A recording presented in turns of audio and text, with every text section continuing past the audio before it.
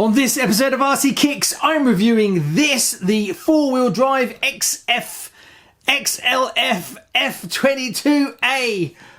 Give me strength with the names.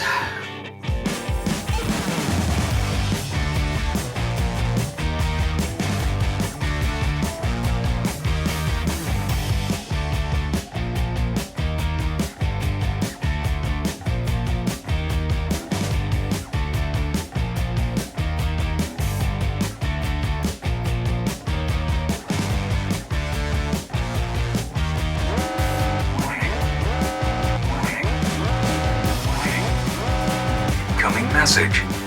Hi and welcome to RC Kicks. On today's show, well, we're reviewing this. Now, this was sent over by Makerfire, so a massive thanks to them. What is it? Well, it's an XLF F22A, which could be a part number for just about anything. But hey, we'll skip over that. I think you guys and girls know how much I feel about those kind of names. Anyway, so what is it? Well, it's a 1/10 bashing buggy. It's brushless. It has 2S LiPo battery. It's all metal pretty much. So they've really gone to town with this one. So this is not the entry level one that they do. They do a few different vehicles before you get to this level, but I'll come to that in a little while. So apparently 70 kilometers an hour. I'll put what that is in normal money down below. Four-wheel drive, 85 amp electronic speed controller. It's a 3650 motor at 3,500 kV. So yeah, it should shift a little bit. It's 29.5 centimeters wide, 44.5 centimeters long, and 18 centimeters high. Now, what do I think? Well, it kind of looks familiar. I must say, the colours for the body look kind of familiar. And there's two versions of this. This is the brushless one, and this is the brushed version. Again, with the colours. I'm sure I've seen them before somewhere. Anyway, so let's open it up, take a look, and see what you get for your money. So this is currently retailing for £167.76 on Makerfire. Body-wise, yeah, they do a decent job. The XLF, they're fine. They print up really nicely, and never really had a problem with the bodies from a quality point of view. They're good enough, and they're cheap to replace as well.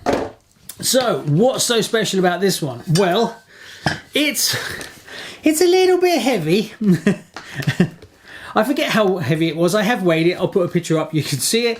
It is a bit of a tank because it has a full lower metal chassis, metal arms all the way front and rear, metal uprights. It's got a metal top deck, which is really good because from a flex point of view, having the top decks makes it very strong. It flexes a tiny bit, which is what you want, but you don't want it to be super flimsy. Now, I have had one of these XLF cars on the show before, and that was the XLF X03, which is basically the cheaper version of this. Now, these are quite different cars, heading for very different price points. I did a full review on this one. I'll put a link up here, go check that out. Same wheels, same tyres as you can see, but a lot of it is actually different.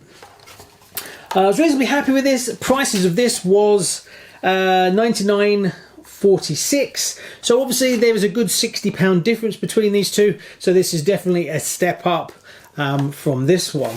So it's a combination ESC and receiver, and then there's a standard servo, which is a 3 connector servo. So upgrading that is super easy. Then at the front you've got a integrated servo saver. And then you've got upper and lower turnbuckles, so you can adjust it. Same on the back, you've got turnbuckles. Universal drive shafts, metal front and rear. So there's a lot of metal on this. Metal shocks as well. So weight-wise, yeah, it's a little bit on the hefty side, but it definitely looks the part. Loads of space, so if you wanted to upgrade the electronics later on, you could do that easily. Now, having lots of metal on the car looks really good, but nah, sometimes it can be a little bit of a double-edged sword where you think you're getting extra strength, but you're then gaining extra weight, as well as plastic flexes where metal tends to just bend. So we're going to find out how tough this is. It does feel quite chunky and tough. from that point of view, but we're going to put it through its paces, and I'm going to push this one really hard because at this point I don't necessarily know whether I would rather see a plastic version or a metal version. I do like the metal, don't get me wrong. It looks nice with all the bling and everything, but when it comes to it, when you're taking it out and bashing, can it stand up versus a plastic one? So we're going to find out. At this point, I honestly don't know, but hopefully by the end of this video, we'll find out. Now, there's a few things that concern me a little bit. The first one is something I think can be addressed, but out of the box, not too sold on, especially for a basher. The suspension travel is super limited. That is basically all you get. So when you press down, the full travel and the suspension bottoms out, you are basically level on your arms, which is something you shouldn't really see on a basher. You need a lot more travel than that. So whoever chose these shocks, I don't think they chose necessarily the right ones. The actual piston is way too short. I actually dismantled one to have a look at it, and the shock can take a much longer piston, but I guess it's something to do with the geometry of the arms, that they don't want them to be too low, but there was plenty of travel in the arms. My other concern was the diffs are super soft. They are very light diffs. So that's something I think you probably want to open up the diffs and pack them out a little bit, because once you get on the gravel and dirt stuff, you're going to be spinning up one wheel really easily. Same with the center. That probably needs a lot more oil in it, or even some silicone earplugs. I did actually dismantle the diffs to have a look. Yes, they're all metal and the actual gearing is quite chunky, but the diffs themselves are tiny, very, very small. I didn't modify them in any way because I wanted to drive it and show you what it's like out the box. Right, that's a good first look. So let's charge up the battery, take it out for a blast. I'm going to push it hard and see how well it performs, and then we'll come back and I'll wrap it up and give you my final thoughts.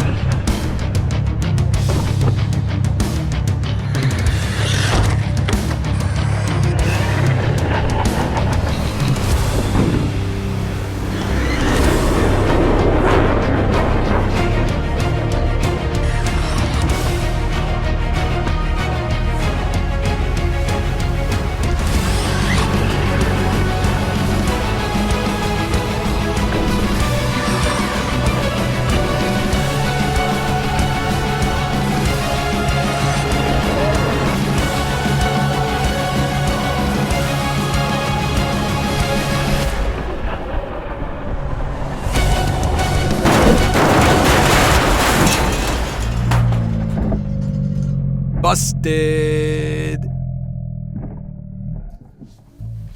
Right, well, you wanted it tested, and that's what you got. So let's do two things. One, we'll do the good, and then we'll do the bad. So the good first, starting with the body. Well, the body stood up very well. Where it actually has damage is where it's actually thicker. So it stood up well. I've got no cracks or anything like that. I've got a puncture wound, but I'm not sure if that's anything to do with the car because the other side is perfectly fine. So I don't know whether I hit a stick or something, but I've got one puncture mark, which is a bit strange. It's not what you'd normally see. What else was really good? Well, if you noticed in the video, there was a lot of nose diving and no issues whatsoever. The front bumper, the front chassis, the whole bottom chassis, top chassis, no problems at all, no bends, nothing. So super impressed with being how heavy this truck is. The arms, I thought I was going to rip an arm off for sure, but the metal arms, blingy as they are, no problems at all, no bent pins, nothing. The uprights are metal, they're still attached, they weren't ripped off, I checked afterwards and they weren't loose or no pins were bent or anything.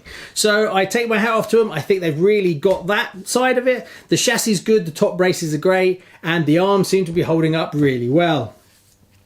What else did I think was really good? The power. What comes in it with the brushless, more than enough to get you going, and you'll be totally happy with how responsive and how quick it is from that point of view. So yeah, from that point of view, reasonably happy. Right, the negatives, and there are a few, but it's not all bad news. So we'll start with the worst thing of all, the shocks. The shocks are totally wrong for this car, and they're just rubbish. And what I mean by rubbish is their travel is too short. This truck bottoms out if you drop it from this height. So what happens? Well, if you look at some of the footage, as it comes down to land, it lands, the travel runs out, it jolts itself, all the energy goes through the truck, then it bounces back. So the wheels take a lot of energy, then the shocks themselves as a solid lump, the energy transfers, goes straight into the towers. And that's why the damage that I've seen, I've blown a few tyres, I've got some cracks and stuff, and eventually what killed it is I ripped the wheel clean off. Now, I'm not writing off these wheels and tyres yet because I think a lot of the punishment they had was because as the truck landed, the suspension compressed, all that energy that went through the rim, through the suspension into the towers. So I think that's what's cracked them. When I look at them, there's a few that are all cracked on the inside. So yeah, I think that's a big part of it. As you can see, I put aftermarket rims that I had lying around on it, and I will go again just to see for myself, and I will be doing some upgrades in the future in this truck. Another thing that happened, which is why I think it's all tied to the suspension, the front and rear uprights have bent in slightly, a few mil on each one. Truck still functions, no issues at all, and I can still get the body on, but I think it's purely because the energy went straight through the tyre, straight through the shock, straight into the tower, and then bent the towers over. So if you had different suspension, you probably wouldn't see as much damage on the wheels and the towers as well. Now, I would recommend they definitely need to change out the suspension, and if you're thinking about getting one of these, definitely look about swapping the suspension out for sure. As for the upright towers, I can't really separate them from the shocks. They have bent in a little bit, still functions, still runs as a truck, and you probably wouldn't even notice. But I would say they need to be a little bit thicker to take that kind of abuse. So if they did two things, one, sort the suspension out, two, up the thickness of the towers a little bit, I think the truck would have come out a lot less unscathed. The other negative is the steering is a bit of a mess. When I got this truck, the steering servo was so loose, it was all slopping all over the place. And the steering is, I've dismantled it, fixed that. I also tried to adjust the toe in and everything. The front steering, again, needs a bit of work. It's a bit slapdash, it's a bit vague and things like that. Now, on a basher truck, you don't need real precision, but when I was trying to line up jumps, it was a little bit wayward from that point of view. But, you know, if you're driving out in open fields and then just jumping over mud and things like that, I don't think really going to be bothered about it. So there you go. That's my review on it. Put a comment below. Tell me what you think. I want to do a few changes to it to see if I can improve the truck myself before I would give it a definite thumbs up. But I'd probably give it 1 thumbs up out of 2 for how it performed, but it's tough.